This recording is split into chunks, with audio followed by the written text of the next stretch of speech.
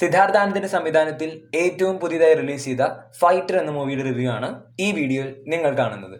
പ്രോപ്പറായ രീതിയിലുള്ള ഇമോഷൻസും പാട്രിയോട്ടിസും എല്ലാ ആക്ടേഴ്സിന്റെ പെർഫോമൻസും എല്ലാം ഇങ്ങനെ ഒത്തുചേർന്ന് വന്ന ഒരു എക്സ്പീരിയൻസ് ആണ് ഈ സിനിമയ്ക്ക് ഉണ്ടായിരുന്നത്. അപ്പോൾ അതുകൊണ്ട് തന്നെ ഇത് ബിഗ് സ്ക്രീനിൽ കാണാനുള്ളതെല്ലാം തന്നെ ഉണ്ട്.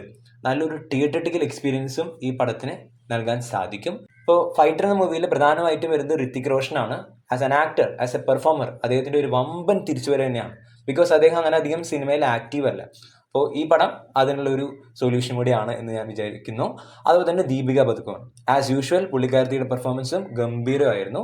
ഇമോഷണൽ ആയിട്ടുള്ള സീൻസ് എല്ലാം വളരെ ബ്രില്യൻ്റ് ആയ രീതിയിൽ ഓഡിയൻസിലേക്ക് കണക്ട് ചെയ്യാൻ സാധിച്ചു. അത് പിന്നീട് ഞാൻ പറയാം. അതുപോലെ തന്നെ അനിൽ കപൂർ, അദ്ദേഹം ഒരു സീനിയർ ആക്ടറാണ്, ലെജൻഡറി ആയിട്ടുള്ള ഒരു ആക്ടർ എന്ന് വേണമെങ്കിൽ പറയാം. അദ്ദേഹത്തിന്റെ പെർഫോമൻസും ഈ സിനിമയിൽ വലിയൊരു മൈൽ സ്റ്റോൺ തന്നെയാണ്. ഫൈറ്റർ എന്ന മൂവിയുടെ റിവ്യൂവിനെ 4ആയി ഡിവൈഡ് ചെയ്യാനാണ് ഉദ്ദേശിക്കുന്നത്. ഒന്നാമത്തെ കാര്യം, ഫസ്റ്റ് ഹാഫിൽ വരുന്ന പുൽവാമ അറ്റാക്ക് നമുക്ക് എല്ലാവർക്കും ഫെമിലിയർ ആയിട്ടുള്ള ഒരു കാര്യമാണ്. രാജ്യത്തെ അങ്ങനെ തന്നെ നടുക്കിക്കളഞ്ഞ ഒരു ഇൻസിഡന്റ് ആയിരുന്നു 2019 ഫെബ്രുവരി മാസം 14 പുൽവാമ ഭീകരാക്രമണം. ആ ഒരു വിഷയത്തിനെ ഈ സിനിമയിൽ പ്രസന്റ് ചെയ്യുന്നുണ്ട്. 100% ഓഡിയൻസിലേക്ക് കണക്ട് ചെയ്യാൻ സാധിക്കുന്ന രീതിയിൽ തന്നെയാണ് അത് പ്രസന്റ് ചെയ്തിരിക്കുന്നത്. Hats of two the director. അതേപോലെ തന്നെ സെക്കൻഡ് ഹാഫിലേക്ക് വരുമ്പോൾ എയർഫോഴ്സിലെ മെമ്പേഴ്സിനെ റെസ്ക്യൂ ചെയ്ത് കൊണ്ടുവരുന്ന സീൻസ് ഒക്കെയാണ് സെക്കൻഡ് ഹാഫിൽ മെയിൻ ആയിട്ട് വരുന്നത്. അതും നല്ല രീതിയിൽ പ്രസന്റ് ചെയ്തിട്ടുണ്ട്. ഫസ്റ്റ് ഹാഫിലാണെങ്കിലും സെക്കൻഡ് ഹാഫിലാണെങ്കിലും എല്ലാ ഏരിയൽ ആക്ഷൻ സീൻസും ഏരിയൽ സീക്വൻസുകളും അടിപൊളിയായിട്ടാണ് പ്രസന്റ് ചെയ്തിരിക്കുന്നത്. ഒരു തരത്തിലും അതിൻ്റെ ഒറിജിനാലിറ്റി വിട്ട് കളഞ്ഞിട്ടില്ല. ഒരു ഡയറക്ടർ എന്ന രീതിയിൽ സിദ്ധാർത്ഥാനന്ദ് ഒരുപാടധികം ഇമ്പ്രൂവ് ചെയ്തിട്ടുണ്ട്. വാറിൽ നിന്നും പത്താനിൽ നിന്നൊക്കെ കുറച്ചും കൂടി ബെറ്റർ ആയിട്ടുള്ള ഒരു ഡയറക്ഷനാണ്, അതുപോലെ തന്നെ പ്രസന്റേഷനാണ് ഈ സിനിമയിലുള്ളത്. മൂന്നാമത്തെ ഒരു ഫാക്ടർ എന്ന് പറയുന്നത്, ഇങ്ങനെ പാട്രിയോട്ടിസം എന്ന് പറയുന്ന ഒരു എലമെന്റ് ഈ സിനിമയിൽ വരുന്നുണ്ട്. അപ്പോൾ ഷേർഷാ പോലെ അല്ലെങ്കിൽ ഉറി ദ സർജിക്കൽ സ്ട്രൈക്ക് പോലെയൊക്കെ നമുക്ക് പറയാൻ പറ്റും ഇതും നല്ലൊരു പാട്രിയോട്ടിക് ആയിട്ടുള്ള ഒരു ഇന്ത്യൻ ഫിലിമാണ്. അനാവശ്യമായിട്ട് ഒരു സ്ഥലത്തും പാട്രിയോട്ടിസം കുത്തിക്കയറ്റി വെച്ചിട്ടില്ല. ചില ഹിന്ദി സിനിമകളിൽ അങ്ങനെ ഉണ്ടാവാറുണ്ട്.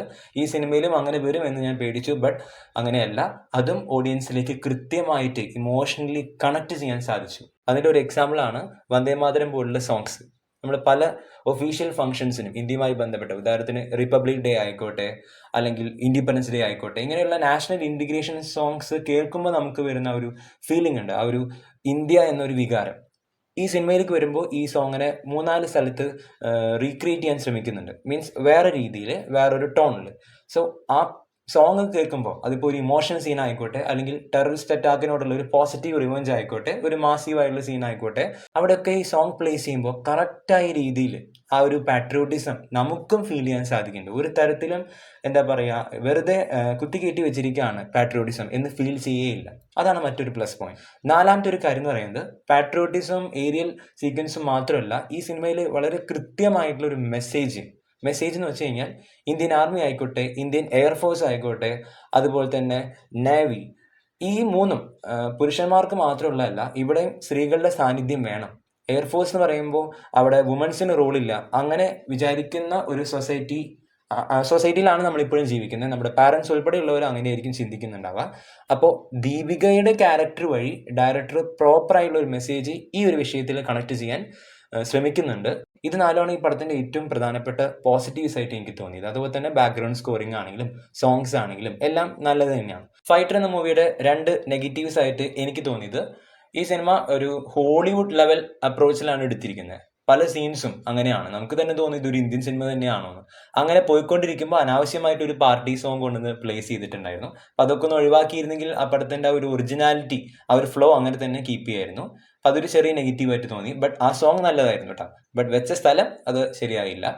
അതുപോലെ തന്നെ വില്ലൻ ക്യാരക്ടറായിട്ട് വന്നിട്ടുള്ള അദ്ദേഹത്തിന്റെ പെർഫോമൻസ് അതൊക്കെ ഗംഭീരം തന്നെയായിരുന്നു. പക്ഷേ ഇങ്ങനെ ടെററിസം പോലുള്ള ഒരു കോൺസെപ്റ്റ് വളരെ ഇമ്പോർട്ടൻ്റ് ആയ രീതിയിൽ ചർച്ച ചെയ്യുന്ന ഈ സിനിമയിൽ അദ്ദേഹത്തിൻ്റെ സ്ക്രീൻ സ്പേസ് കുറച്ച് ലിമിറ്റഡ് ആയി പോയോ എന്ന് എനിക്ക് ഫീൽ ചെയ്തു.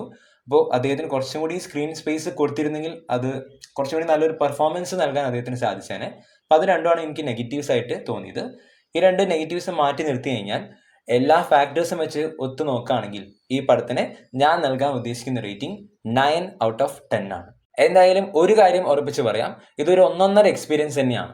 കാരണം ഏരിയൽ ആക്ഷൻ സീൻസ് ഒക്കെ ഉണ്ടല്ലോ, അപ്പോൾ അത് നമുക്ക് ഒരു വിഷ്വൽ ട്രീറ്റ് തന്നെയാണെന്ന് വേണമെങ്കിൽ പറയാം. ഒരു തരത്തിലും നമ്മളെ നിരാശപ്പെടുത്തില്ല. ഒരു റിപ്പീറ്റ് വാല്യൂ ഉള്ള മൂവി തന്നെയാണ്. സോ പറ്റുമെങ്കിൽ നിങ്ങൾ ഏറ്റവും അടുത്തുള്ള ഒരു ബെസ്റ്റ് തിയേറ്റർ തിരഞ്ഞെടുത്ത് പോയി കാണാം, എക്സ്പീരിയൻസ് ചെയ്യുക. എന്തായാലും നിങ്ങൾക്ക് ഇഷ്ടപ്പെടും.